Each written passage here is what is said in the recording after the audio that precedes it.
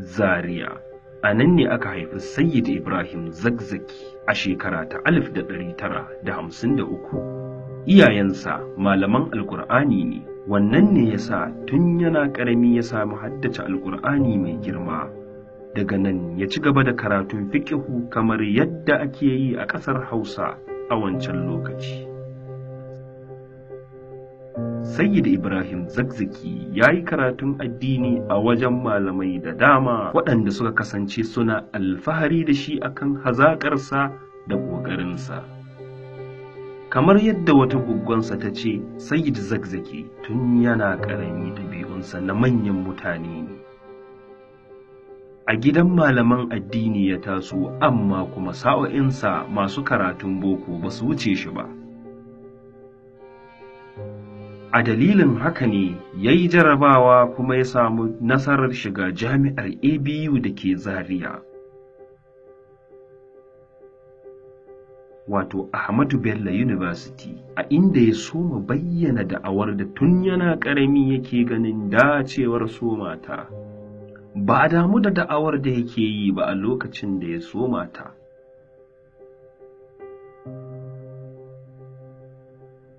Duk da an samu tsirarun mutane waɗanda mafi yawansu ɗalibai ne sun amsa, amma dai gwamnati ba ta ɗauki harkar a matsayin barazana ba da farko.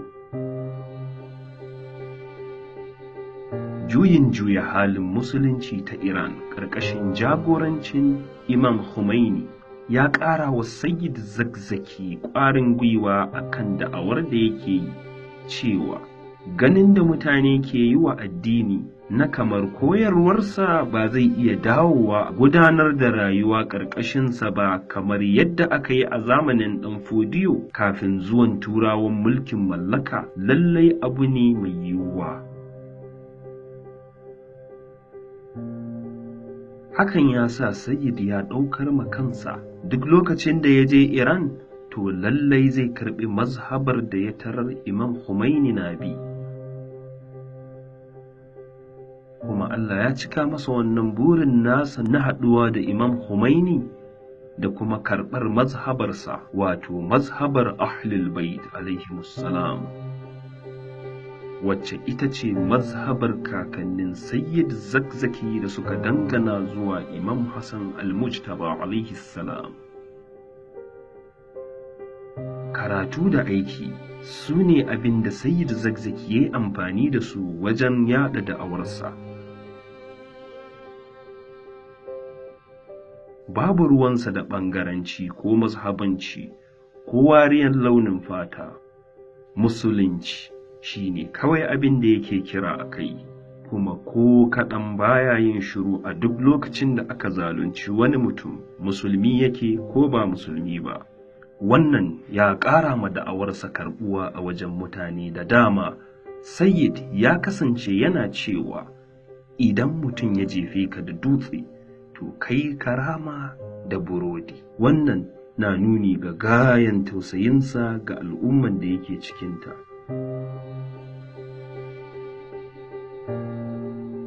Baya ga zuwa garuruwa wa'azi da Sayyid Zakzaky ya kasance yana yi tun farkon fara da'awarsa, ya koya ma almajiransa tashi su isar da saƙo a duk lokacin da suka samu kansu a cikin jama'a. Lallai shi abin koyi ne ga duk wanda ya gan shi ko ya saurare shi. Hakan ya sa maƙiya addinin Allah suka fara hana mutane sauraron wa'azinsa, amma duk da haka bai hana da'awarsa ci gaba da yaɗuwa ba. Da'awa na ci gaba da yaɗuwa, mabiya na ƙara yawa, maƙiya ma na ƙara yawa. Gwamnatoci da dama sun kama Sayyid Zakzaky a yunƙurinsu na ganin sun dakatar da da'awarsa ta hanyar kawar da shi. Amma Allah bai ba su nasara akan haka ba. Na kusa da kamun da aka yi masa yanzu shine kamun General Sani Abacha. Sani Abacha ya yi yunƙurin kashe Sayyid Zakzaky ganin yadda kiransa ke samun karɓuwa, amma kuma sai Allah ya kashe shi kafin shi ya kashe Sayyid. Bayan Abacha ya mutu, sai aka saki Sayyid Zakzaky ya ci gaba da da'awarsa, mutane na amsawa. Allah ta'ala ya sanya albarka a harkan ta yaduwa har ta tsallaka ƙasashen ƙetare kamar su Nijar da Kamaru da Ghana. Duk da jahiliya ba su taɓa ƙyale shi ya huta ba.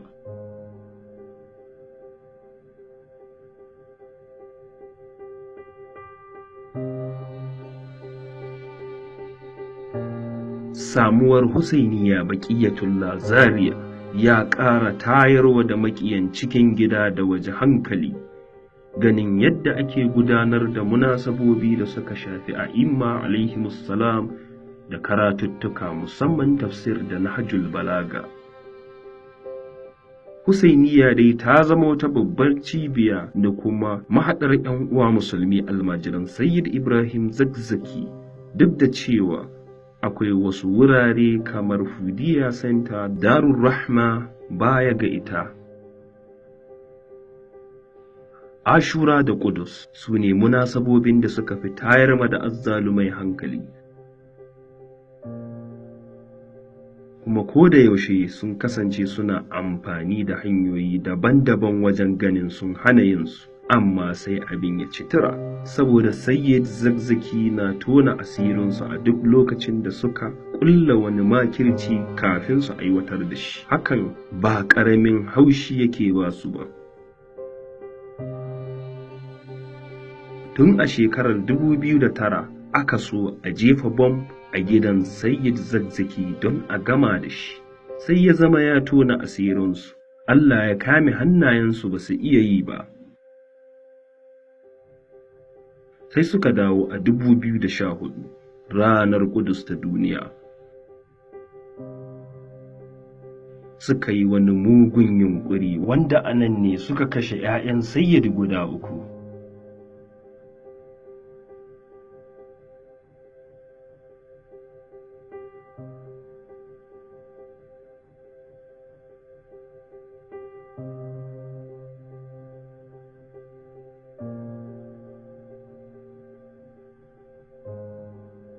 Ba su dandara ba kuma ba su yi nadama ba, suka ci gaba da ƙoƙarin kashe shi har zuwa 2015. Jonathan ya ɗauka Isra'ila Ubangiji ne, ya ɗauka Amerika Ubangiji ne, ya ɗauka kuma yana shugabancin ne saboda su, kuma sun ba shi condition suka ce inda ka kashe Al-Zakzaky za ka ci gaba da mulki, kuma ya yarda da masu duba suka ce masa inda ka kashe Al-Zakzaky kai za ka ci gaba da shugabancin ƙasa, saboda haka ne ya nace. To ne na ɗauka kashe ‘ya'yana zai sa wani ko da a cikin sai ɗan yana da mai irin zama, amma sai na gani yago zuciyar nan tana nan busasshiya, can ba su can ba wani kala. Da abin da ya rage sai sun ci gaba da kisan. Domin ɗauka duk hankalin su yana ga miƙa mulki tun da sun faɗi a zaɓe. Sai ga shi sun zo da sake sabon salo. Wannan abu ya ba mu mamaki aini. Ba muke jin cikakken bayani cewa CIA ne da yake sun ɗauko gojiran kansu ne kuma sun ɗauka lalle ko da abin da suka ji masu. Don hankalin su ya koma ga miƙa mulki. Amma sai ta ce musu a'a kafin ku bar gado a aiwatar da wannan aiki. Shi ne suka zo da wannan. Tona asirinsu da ya yi a ranar 40 ya fusata su sosai. Amma don a sani ba mu ne za a yi mana babaro da wata tsiyawai ita Boko Haram ba. Wane ne ke kashe al'ummar musulmi a Yaman? Wa ke kashe al'ummar musulmi a Iraki? Ba ma ba zan ce ma musulmi ba, don kowa da kowa ana kashewa. Iraq da Syria. Wa ke kisa a ko ina ka duba? Kuma wannan ba wani koyon abu ne. Amerika ta ambata ta ce za ta fake da ta'addanci ta mallaki duniya, saboda ita ta kirkiro nan ba da yake ba samu wanda za su yi masa aiki ba, su suke da kansu. Sojojin Amerika da na Isra'ila suna na kasan nan, kuma suna nan suna tattaunawa da wai jami'an tsaron kasan nan, wasu suna kawo tsaro daga wata tsayawa ita Boko Haram, wanda ba ta san su ne Boko Haram ba wani abu. Maganan kwara ɗaya ce kisan mutane, kisan kuma na rashin hankali, ba kan gado, a samu dandazon mutane kawai a kashe. In kun ce Boko Haram ne, me yasa kuka je kuka kashe mutane a masallacin Juma'a na birnin Kano? Sallah haram ne? Me yasa kuka je kasuwan sayar da wayan salula kuka ta da bam, shi ma yin waya din haram ne. Yanzu kisa ne ake yi ko ta ko ina, a kasuwa ne, a ofis ne, a kanti ne, a tashan mota ne, a gida ne, a titi ne, duk kisa ake. Saboda haka tunda labarin ne kenan kisa, gara ma ka san akan me aka kashe ka. To kuma kwanan nan kun ji inda DSS suka ba da wai gargadi, wai za a kawo hari na ta'addanci a Abuja, kuma za a yi hankoron, za a kai harin ne a masallatai da cocina, wai kuma za a yi amfani da 'yan mata ne. To don Allah, in baka da hankali mu muna da shi, don Allah ina DSS suka san wannan magana? Inda gaske ne sun ji labarin ne su kama wa'annan mutanen mana, me yasa suke gargaɗin mutane? Su ne za su sa bam ɗin ba wani ba. Sun yi tanadin 'yan matan da za su ɗaura ma bam su kashe. Kamar wannan da suka turo mana hanyar Kano, sun tanadin su ne sai su ɗora musu su ingila cikin mutane su matsa remote control. Ba wata tantama DSS za ta yi wannan kisa, kuma wanda ya ba da sanarwar responsible in an yi. Ba a yi sati biyu ba suka kawo harin Disamba 2015. A nan ne suka yi kisan da ba a taɓa yin irinsa ba tun farkon fara da wannan.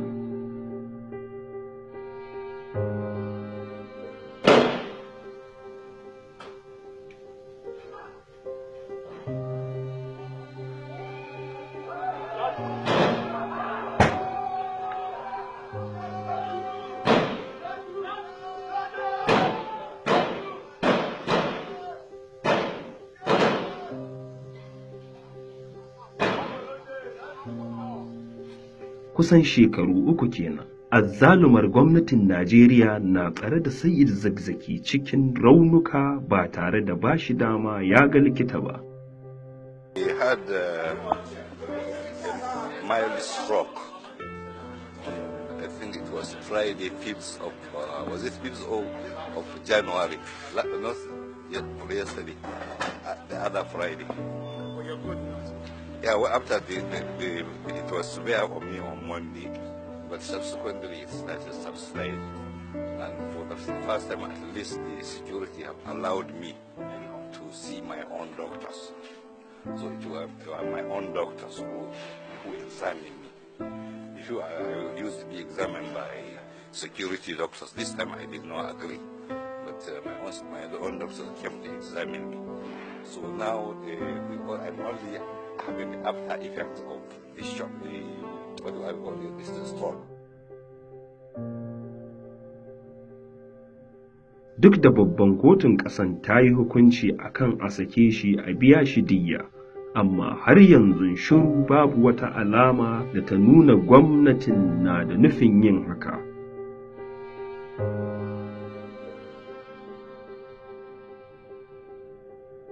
Abin takaici, duniya ta yi shiru akan abubuwan da ke faruwa akan musulmin Najeriya.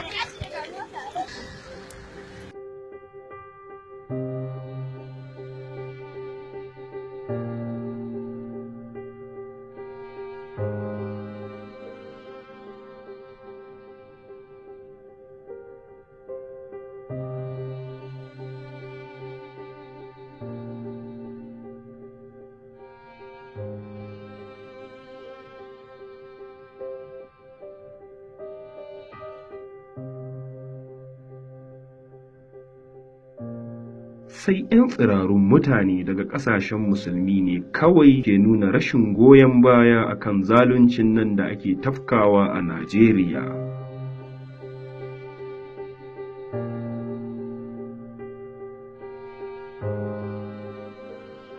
Allah ka gaggauta bayyanar wanda da bayyanarsa ne zaluncin duniya zai kawo ƙarshe.